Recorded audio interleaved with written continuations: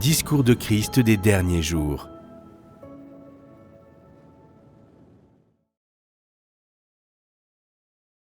Sur les décrets administratifs de Dieu à l'ère du règne.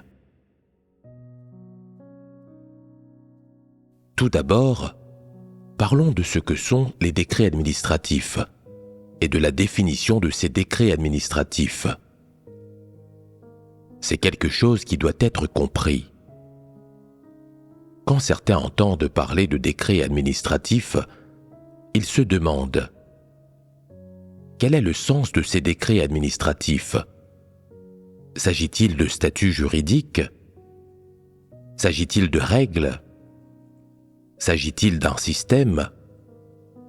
D'un certain ensemble d'interdictions imposées au sein d'un clan? S'agit-il de commandements? De quoi s'agit-il au juste? Les gens manquent de compréhension. Personne ne comprend exactement ce que sont ces décrets administratifs ou comment ils fonctionnent. Les gens disent souvent: Dieu a ses décrets administratifs. Si tu es désobéissant, Dieu se servira de ces décrets pour te contrôler et te punir. Ils parlent à tort et à travers de décrets administratifs sans en comprendre la signification essentielle. Alors, que sont exactement les décrets administratifs? Il s'agit d'une catégorie de paroles établies par Dieu. Paroles qui sont destinées à traiter la nature et le tempérament corrompu des gens afin de les contrôler. Les décrets administratifs ne sont ni des lois, ni des statuts juridiques, et encore moins sont-ils comparables aux constitutions du monde humain. Il s'agit d'une série de paramètres définis par Dieu, dans le but de garder le comportement des gens sous contrôle. Les détails des décrets administratifs abordent des questions telles que: comment craindre Dieu? Comment le vénérer? Comment se soumettre à lui? Comment agir en tant qu'être créé? Comment agir en tant que personne? Comment témoigner de Dieu et éviter de faire honte à son nom? Les détails des décrets administratifs de Dieu abordent bien des choses. Certaines personnes disent: l'Esprit de Dieu peut faire des choses. Il peut punir les gens et rendre à chacun ce qu'il mérite. Dieu a également dit la vérité pour instruire tout le monde. Pourquoi faudrait-il qu'il y ait des décrets administratifs?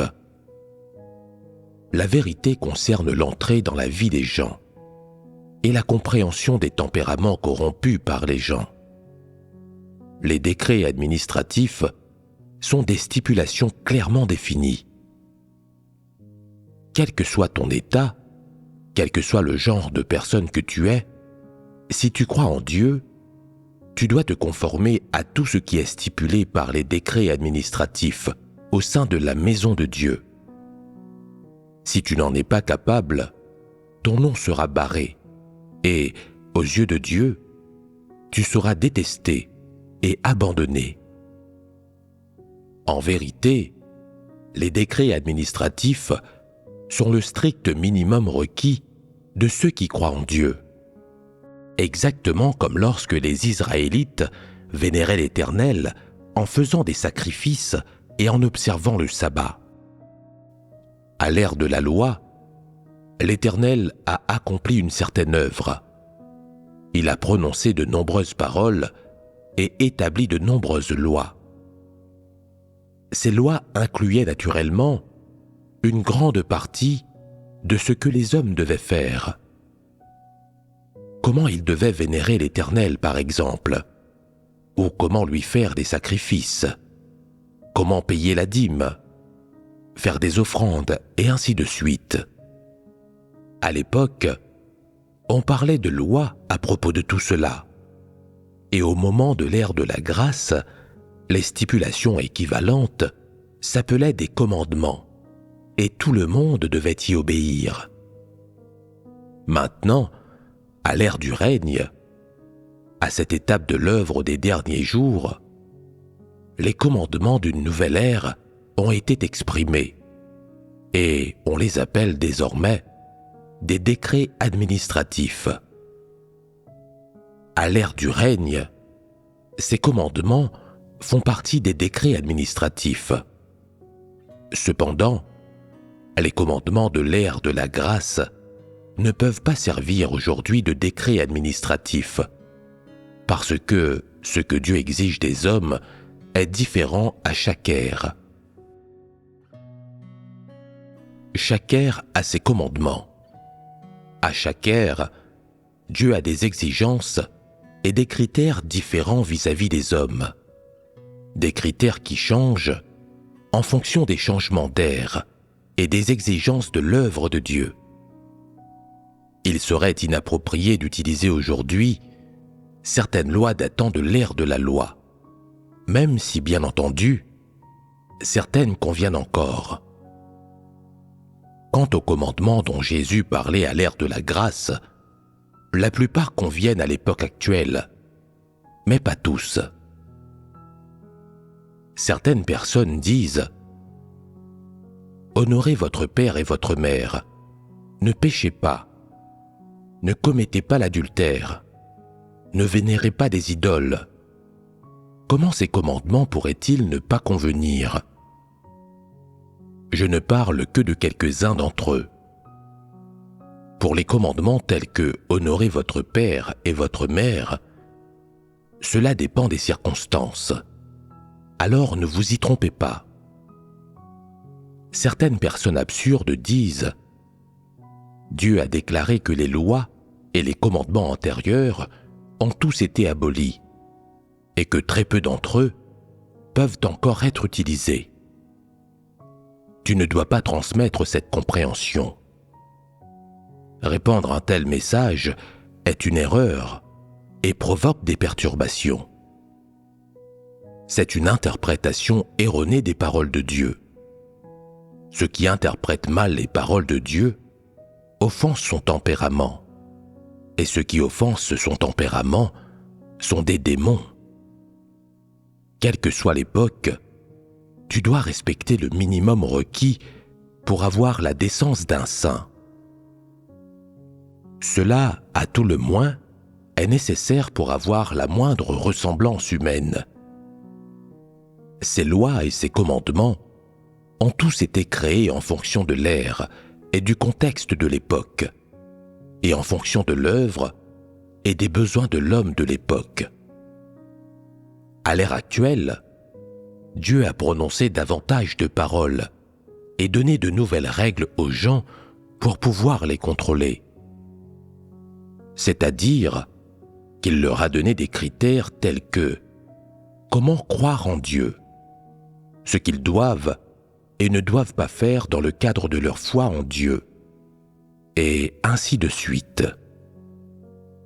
À l'ère de la grâce, Jésus a dit « Je ne suis pas venu pour abolir la loi, mais pour l'accomplir. » Pourtant, par la suite, il a aboli de nombreuses lois. Ces lois n'étaient pas adaptées à cette ère. Elles ne convenaient pas à l'œuvre de cette époque, et elles n'étaient pas appropriées pour l'environnement de cette époque. Alors, il les a abolies. Aujourd'hui, bien entendu, elles ont encore plus besoin d'être abolies. De même, à la nouvelle ère, certains commandements du Nouveau Testament ont besoin d'être abolis, et certains doivent perdurer, parce que l'environnement de l'œuvre d'aujourd'hui est différent, et que ce dont les gens ont besoin est différent.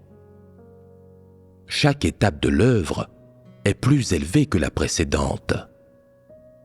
Certaines personnes absurdes disent « Le Seigneur Jésus a déclaré qu'il était venu pour accomplir la loi. Alors pourquoi en a-t-il aboli et éliminé une si grande partie? Pourquoi ces actes ont-ils violé la loi? Son abolition était en fait un accomplissement. C'est parce que l'œuvre qu'il a accomplie a produit ce genre de résultat, de sorte qu'il n'était plus nécessaire de respecter ses lois. Exactement de la même manière, après que Jésus a servi d'offrande expiatoire, il n'a plus été nécessaire de faire des offrandes expiatoires selon cette loi, parce que l'œuvre de Dieu ne suit aucune règle. Certaines lois et certains commandements peuvent être abolis, et une nouvelle œuvre peut être utilisée à leur place. Si vous répandiez le message « Tous les commandements antérieurs ont été abolis », ils ne sont plus utiles, ce serait absurde. Aujourd'hui, Dieu a émis des décrets administratifs adaptés aux États et aux besoins de l'humanité. Certains se demandent pourquoi Dieu émettrait-il des décrets administratifs à chaque ère. Cela a déjà été fait par le passé. Les gens sont au courant et nous faisons ce qui nous est demandé. Cela devrait être terminé. Pourquoi continuer à en émettre de nouveaux? Dites-moi, les hommes étant corrompus comme ils le sont maintenant, serait-il possible de ne pas émettre des décrets administratifs? Les gens ont tous des tempéraments corrompus. Peuvent-ils se soumettre à Dieu alors qu'ils sont contrôlés par leur nature corrompue?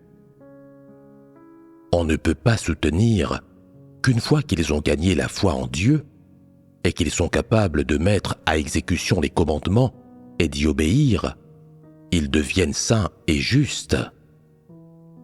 Ce n'est pas ainsi que cela marche. Les gens ont des tempéraments corrompus et ils vivent sans cesse parmi ces tempéraments corrompus, si bien que des décrets administratifs adaptés restent toujours nécessaires pour garder leur conduite sous contrôle.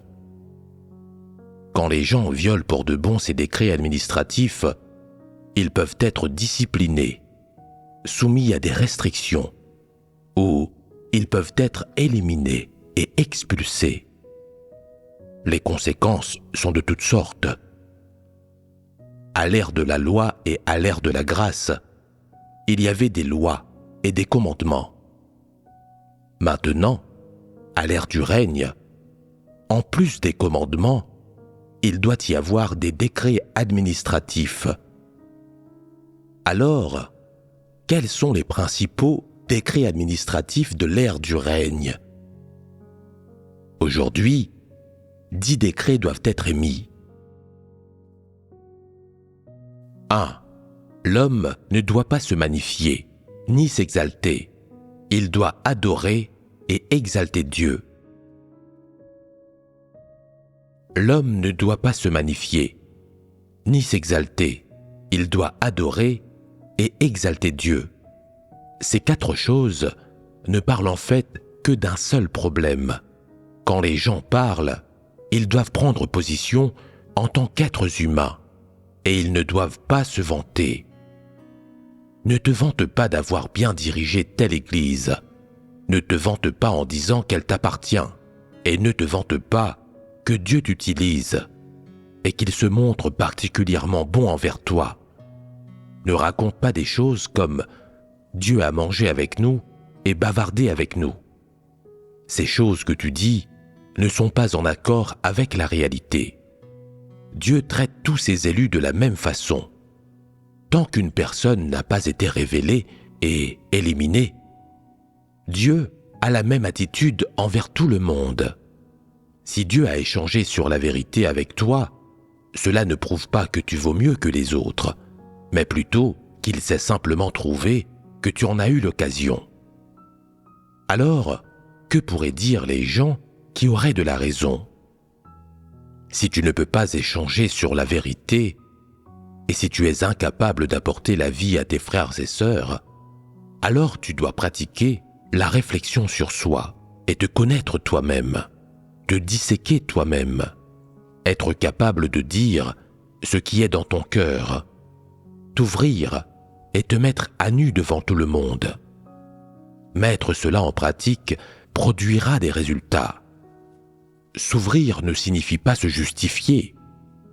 Cela veut dire présenter les motivations et les pensées incorrectes qui sont en toi, pour qu'elles soient disséquées, afin que tout le monde, ensemble, en vienne à les connaître, ce qui permet aux autres également d'en tirer un bénéfice. En faisant cela, tu ne t'honores pas comme étant formidable. Si tu te traites toi-même comme il convient et que tu occupes la place qui te revient, c'est-à-dire si tu peux mettre de côté et disséquer tes propres motivations, mettre à nu les choses sales qu'il y a en toi, et, ce faisant, si tu peux t'exposer toi-même, cela montre que tu es à l'endroit qui convient. J'ai constaté que de nombreux dirigeants ne sont capables que de sermonner les gens et de prêcher aux autres du haut de leur supériorité, et qu'ils ne peuvent pas communiquer avec eux sur un pied d'égalité. Ils ne sont pas capables d'interagir normalement avec les gens. Quand certaines personnes parlent, c'est toujours comme si elles faisaient un discours ou présentaient un rapport. Leurs paroles ne sont jamais dirigées que vers les états des autres, et elles ne s'ouvrent jamais à propos d'elles-mêmes. Elles ne dissèquent jamais leur propre tempérament corrompu, mais seulement les problèmes des autres en les prenant comme exemple, grâce auxquels elles accordent la connaissance à tout le monde. Pourquoi font-elles cela? Pourquoi prêchent-elles de tels sermons et disent-elles de telles choses? C'est la preuve qu'elles n'ont absolument aucune connaissance d'elles-mêmes, qu'elles sont vraiment dépourvues de raison, qu'elles sont très arrogantes et satisfaites d'elles-mêmes. Elles pensent que leur capacité à reconnaître les tempéraments corrompus des autres prouve qu'elles sont au-dessus d'eux, qu'elles discernent mieux que les autres les gens et les choses, et qu'elles sont moins corrompues que les autres.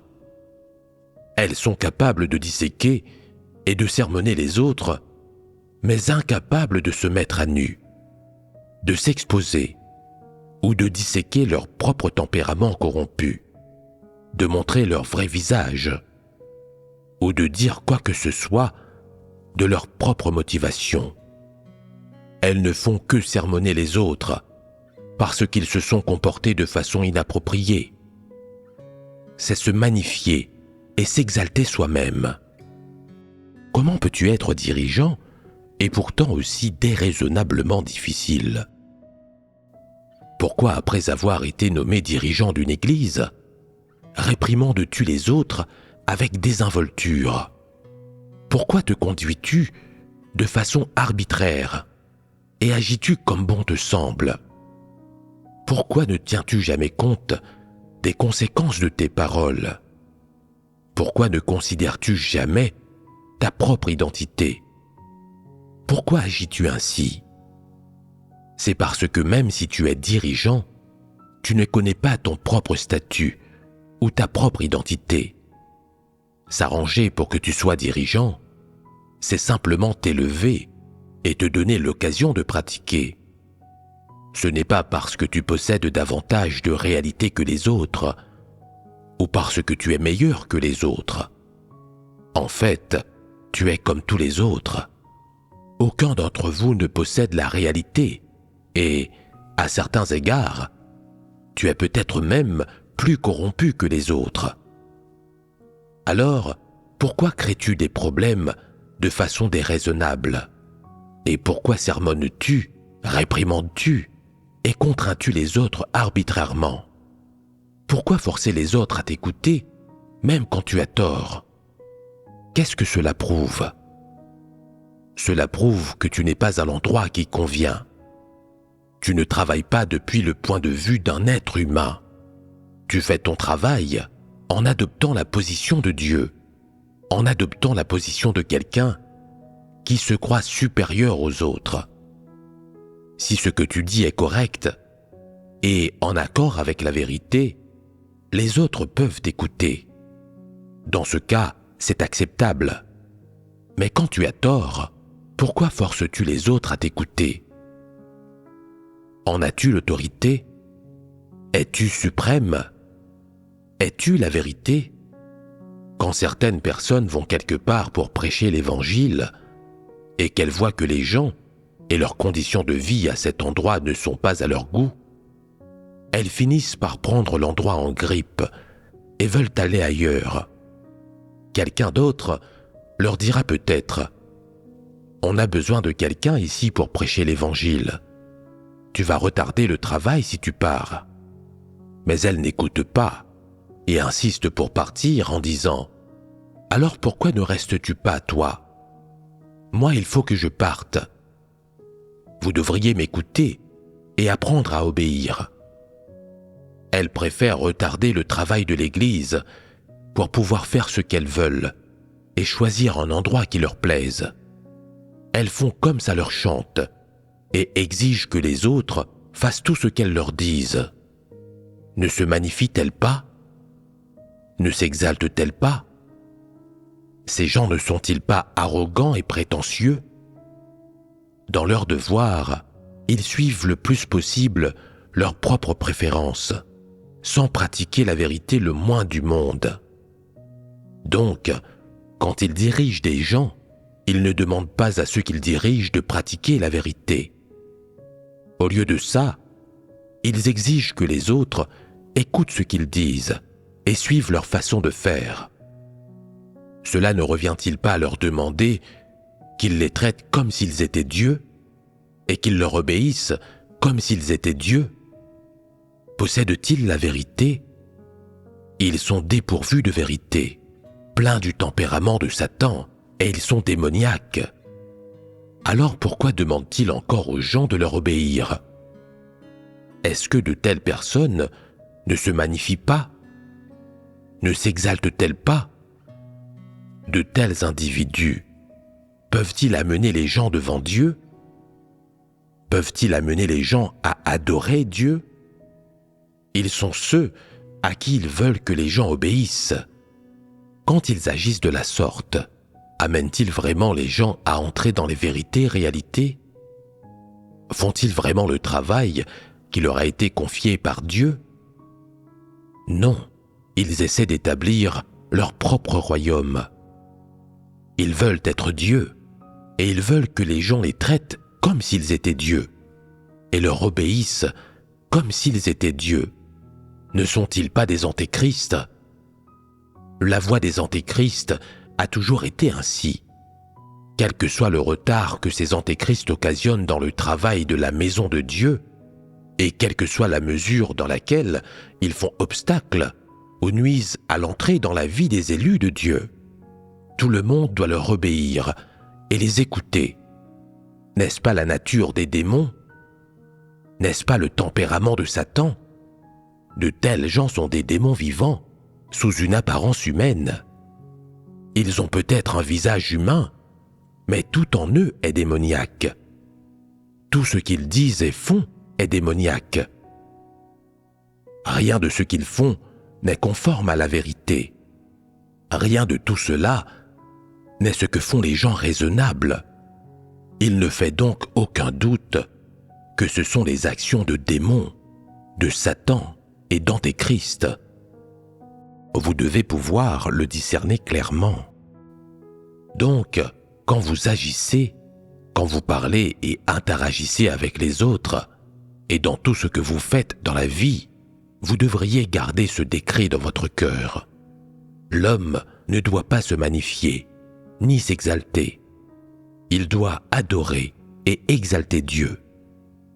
Ainsi, des restrictions sont imposées aux gens, et ils n'iront pas jusqu'à offenser le tempérament de Dieu. Ce décret administratif est crucial, et vous devez tous bien réfléchir à ce qu'il signifie, à la raison pour laquelle Dieu exige cela de l'humanité, et à ce qu'il veut obtenir.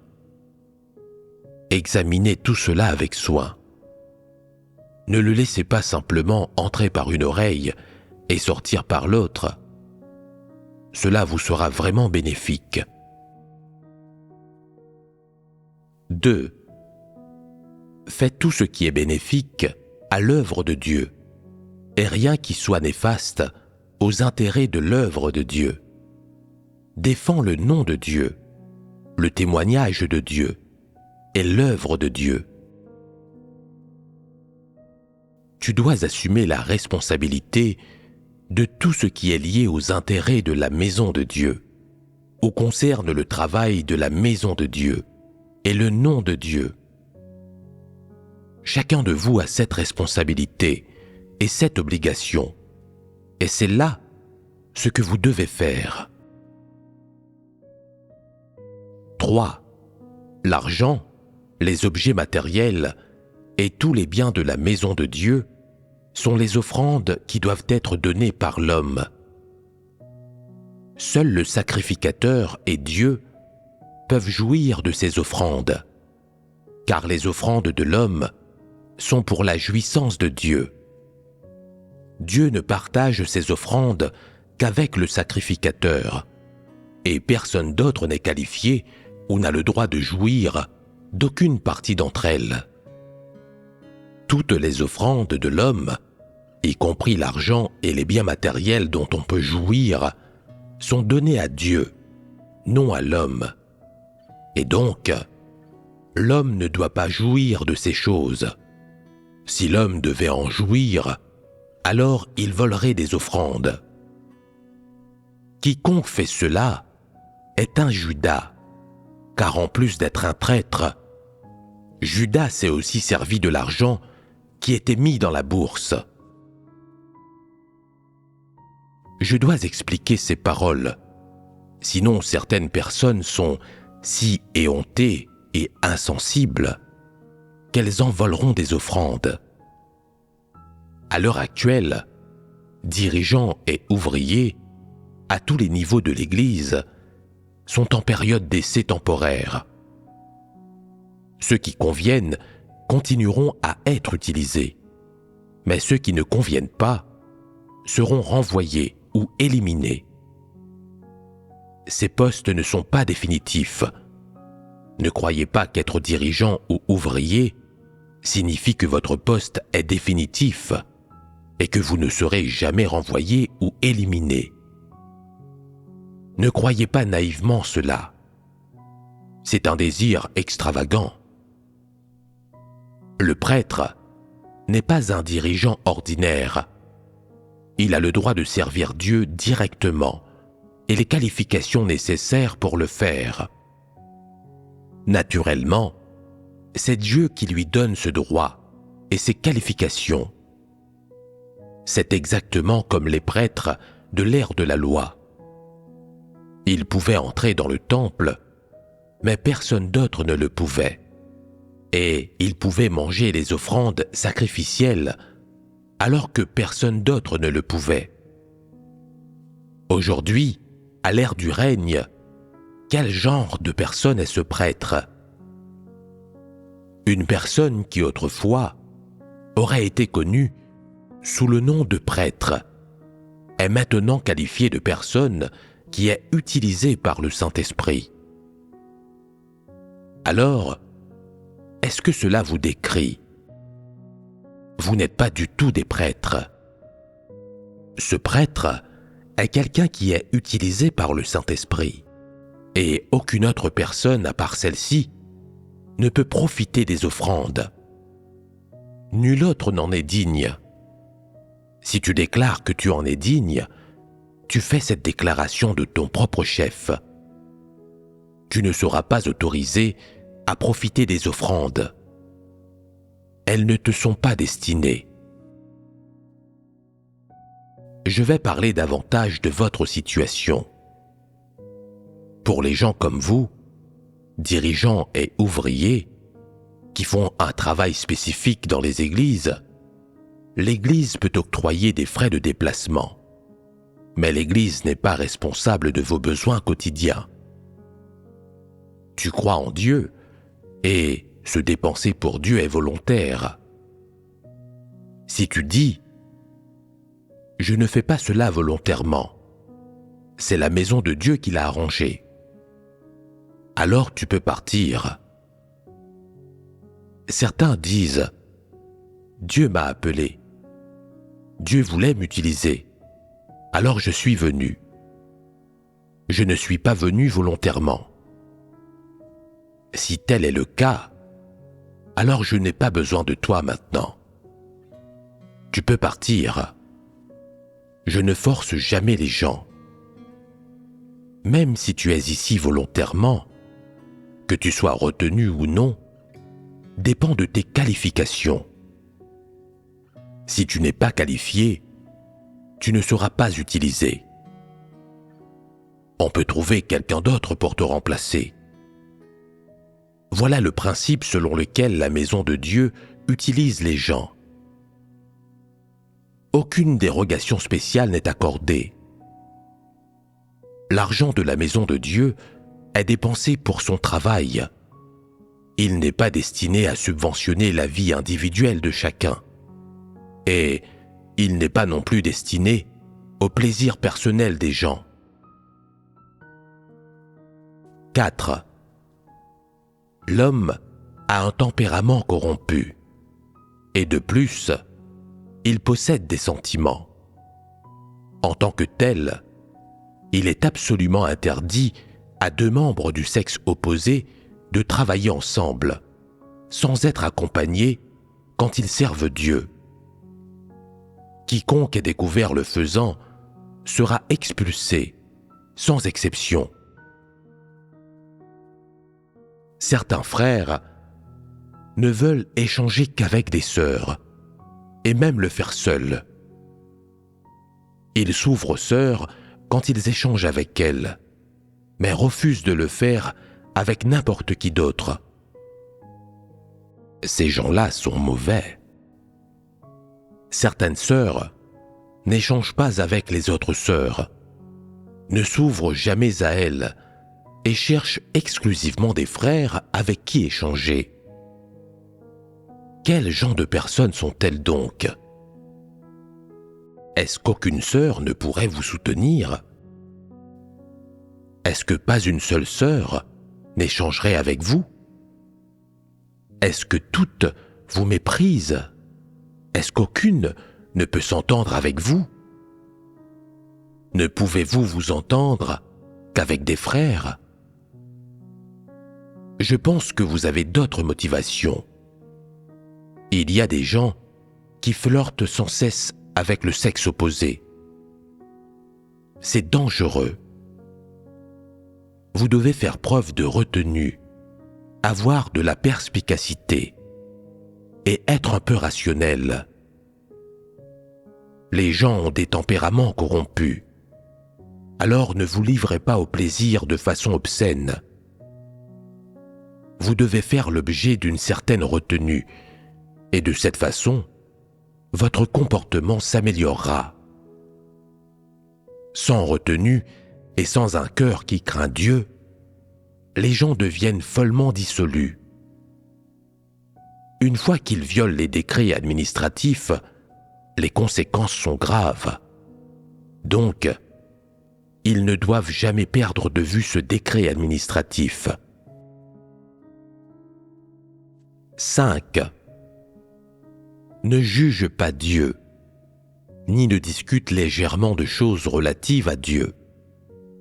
Fais ce que l'homme doit faire, et parle comme l'homme doit parler, et ne dépasse pas les limites, et ne les transgresse pas non plus. Veille sur ta langue, et fais attention où tu mets les pieds, afin d'éviter de faire quelque chose qui offense le tempérament de Dieu. 6. Fais ce qui doit être fait par l'homme. Remplis tes obligations, assume tes responsabilités et sois fidèle à ton devoir. Puisque tu crois en Dieu, tu dois apporter ta contribution à l'œuvre de Dieu. Si tu ne le fais pas, alors tu es inapte à manger et boire les paroles de Dieu et à vivre dans la maison de Dieu. Le décret 6 concerne les devoirs des êtres humains.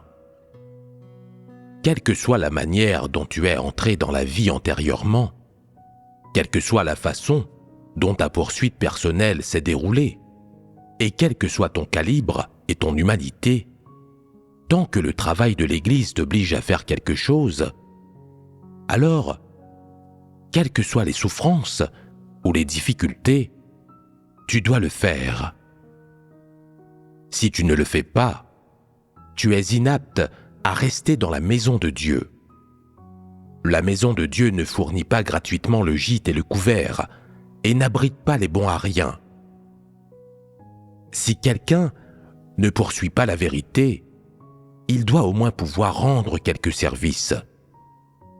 S'il ne veut pas rendre le moindre service, ou s'il ne fait qu'un effort minime pour avoir de quoi manger, il doit être exclu sans délai. Ces livres des paroles de Dieu doivent être repris et il doit être traité comme on traite les incrédules. Au strict minimum, les gens doivent sincèrement croire en Dieu, avoir en quelque sorte un cœur qui craint Dieu et montrer certaines manifestations d'adoration de Dieu pour être dignes de rester dans la maison de Dieu. La maison de Dieu ne demande pas grand-chose aux gens. Tant que quelqu'un a une conscience et de la raison, qu'il peut comprendre et accepter la vérité et être raisonnable dans son devoir, c'est suffisant. À tout le moins, ta conduite et ta façon d'agir doivent être acceptables. Tu dois avoir en quelque sorte un cœur qui craint Dieu et tu dois faire preuve d'une certaine soumission à son égard. Si tu ne peux même pas faire cela, alors tu devrais rentrer chez toi dès que possible et ne pas tergiverser dans la maison de Dieu. Si tu refuses de faire même le plus petit devoir et que tu veux seulement vivre au crochet de la maison de Dieu, es-tu quelqu'un qui croit en Dieu sincèrement? À mon avis, un tel individu est un incrédule. Il n'est pas différent d'un non-croyant. C'est écœurant à voir. Si tu souhaites croire en Dieu, fais-le correctement ou ne le fais pas du tout. La croyance en Dieu est volontaire. Personne ne te force. Si tu ne peux pas comprendre ce sujet minime, que dire de plus sur la croyance en Dieu? La maison de Dieu ne veut pas de rebut. L'Église n'est pas un dépotoir. Ceux qui n'ont même pas la plus simple acceptation de la vérité seront éliminés et exclus. La vérité règne dans la maison de Dieu. Si quiconque essaie de faire n'importe quoi ou provoque la moindre interruption ou la moindre perturbation, il doit être exclu et complètement éliminé. 7. En ce qui concerne le travail et les affaires de l'Église, en dehors de la soumission à Dieu, suis en tout les instructions de l'homme qui est utilisé par le Saint-Esprit. Même la moindre infraction est inacceptable. Sois absolu dans ta conformité et n'analyse pas le bien ou le mal. Ce qui est bien ou mal n'a rien à voir avec toi. Tu ne dois te préoccuper que de la soumission totale. Tu dois écouter et te soumettre à l'homme qui est utilisé par le Saint-Esprit, quoi qu'il dise ou fasse. Fais ce qu'il t'a dit de faire, de la façon dont il t'a dit de le faire. Ne dis pas « Dieu est-il au courant ?» Je dois demander à Dieu. Tu n'as pas à demander.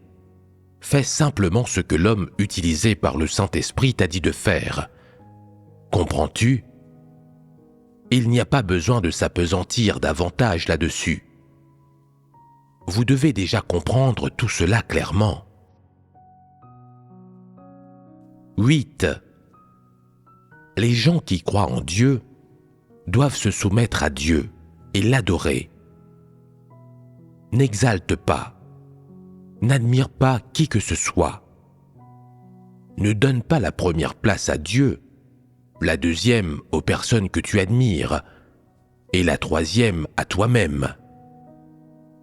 Personne ne doit occuper une place dans ton cœur, et tu ne dois pas considérer les gens, en particulier ceux que tu vénères, comme étant à égalité avec Dieu, ou comme s'ils étaient ses égaux. C'est intolérable pour Dieu. Certaines personnes se montrent particulièrement capables de prendre les trains en marche et de lécher les bottes des autres. Quand elles voient que je complimente quelqu'un, que je traite bien quelqu'un, ou que je passe souvent du temps à échanger avec quelqu'un, elles mettent un point d'honneur à lui lécher les bottes. Une notion a pris forme dans leur esprit. Désormais, après Dieu, vient ce frère en particulier, et après eux, vient cette sœur en particulier. Tu ne dois pas avoir de gradation dans ta tête. Dieu vient en premier, quelqu'un en second, en troisième ou en quatrième. De tels classements servent-ils à quoi que ce soit? N'est-ce pas exactement comme dans une cour impériale où l'empereur vient en premier, le premier ministre en second et un autre personnage officiel en troisième? Pareil rang n'existe pas dans la maison de Dieu. Il n'y a que Dieu et les élus de Dieu. Et les élus de Dieu ne doivent se soumettre qu'à Dieu et n'adorer que lui. En vérité, vous êtes tous égaux. Que vous ayez accepté Dieu en premier ou par la suite, et quel que soit votre sexe, votre âge ou votre calibre, vous êtes tous égaux devant Dieu. N'adorez pas les gens et n'ayez pas une trop haute opinion de vous-même. Ne créez pas de rang ou de gradation. Si tu le fais, cela prouve que ce qui est dans ton cœur a été contaminé par de nombreuses notions humaines et par l'imagination humaine, et que tu es donc susceptible de violer les décrets administratifs. 9. Garde tes pensées tournées vers le travail de l'Église. Mets de côté les perspectives de ta propre chair. Sois décisif sur les questions familiales. Consacre-toi entièrement à l'œuvre de Dieu. Et mets l'œuvre de Dieu en premier et ta propre vie en second lieu. C'est la décence d'un saint. 10.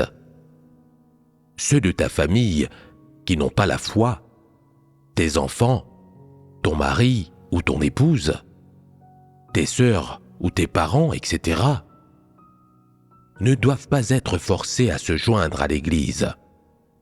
La maison de Dieu ne manque pas de membres, et il n'est pas nécessaire d'ajouter à son nombre des gens qui ne sont d'aucune utilité. Tous ceux qui ne croient pas volontiers ne doivent pas être conduits à l'Église. Ce décret s'adresse à tous. Vous devez vous observer les uns les autres, vous surveiller et vous rappeler ce décret. Personne ne peut le violer. Même quand les parents qui n'ont pas la foi se joignent à l'Église à contre-cœur, il ne faut pas leur donner de livres ni un nouveau nom. Ces gens ne sont pas de la maison de Dieu et leur entrée dans l'Église doit être entravée par tous les moyens nécessaires. S'il survient du trouble dans l'Église en raison de l'invasion des démons, alors tu seras toi-même expulsé, ou des restrictions seront placées sur toi. En bref, Tout le monde a une responsabilité à ce sujet.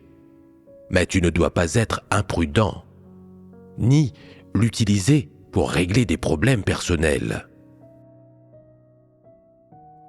Voilà les 10 décrets administratifs de Dieu que les élus de Dieu doivent suivre à l'ère du règne. Souvenez-vous de tous ces décrets.